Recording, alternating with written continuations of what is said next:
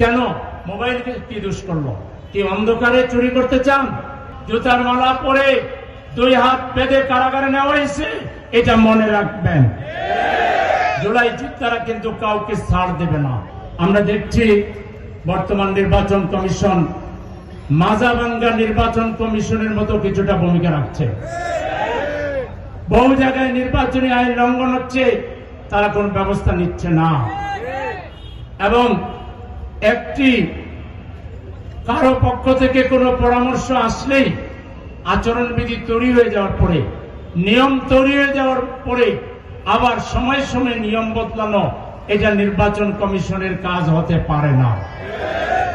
আগের দিন সন্ধ্যা থেকে মোবাইল নিয়ে নির্বাচনী ক্যাম্পের আশেপাশে যাওয়া যাবে না, সেন্টারের আশেপাশে যাওয়া যাবে না। এটা কি কোনো কারসাজির নির্বাচন করতে চান? এটা হইলে পূর্বের নির্বাচন কমিশনের হুদা কমিশন, আরো যে বিভিন্ন কমিশন জুতার মালা পরে 2 হাত বেঁধে কারাগারে নেওয়া হয়েছে, এটা মনে রাখবেন। জুলাই যোদ্ধারা কিন্তু কাউকে ছাড় দেবে না, জুলাই প্রজন্ম কাউকে ছাড় দেবে না।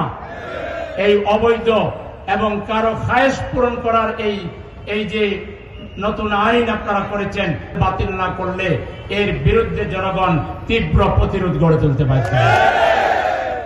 কেন মোবাইলকে কি দোষ করলো? কি অন্ধকারে চুরি করতে চান? তাহলে মনে রাখবেন, নির্বাচনে যদি নির্বাচন সংশ্লিষ্ট ব্যক্তিরা কোনো অপরাধ করেন, অন্যায় করেন, এটা সবচাইতে বড় অপরাধ হিসাবে স্বীকৃত হবে এবং এর বিরুদ্ধে আমরা সব ধরনের ব্যবস্থা নিতে বাধ্য হব। হিন্দু, বৌদ্ধ, খ্রিস্টান ভাইদেরকে বলতে চাই, আপনারা জামাত ইসলামীর নেতৃত্বে সরকার গঠন হলে রাজার হালতে থাকবে। আপনাদের উপাসনায় কেউ হামলা করবে না, আপনাদেরকে কেউ কটু কথা বলতে পারবে না। আমরা শ্রমিক ভাইদেরকে বলতে চাই, আপনাদের ব্যাপারে আমরা দায়িত্ব নিব। কোন শ্রমিক ভাইকে লাইসেন্সের নামে তার গাড়ি আটকায় রাখবে এমন সাহস কারো হবে না। লাইসেন্স ইনস্ট্যান্ট করে দিবেন। শ্রমিকের গায়ে হাত তুললে এটা আমার গায়ে হাত তোলা হিসাবে আমি গ্রহণ করব।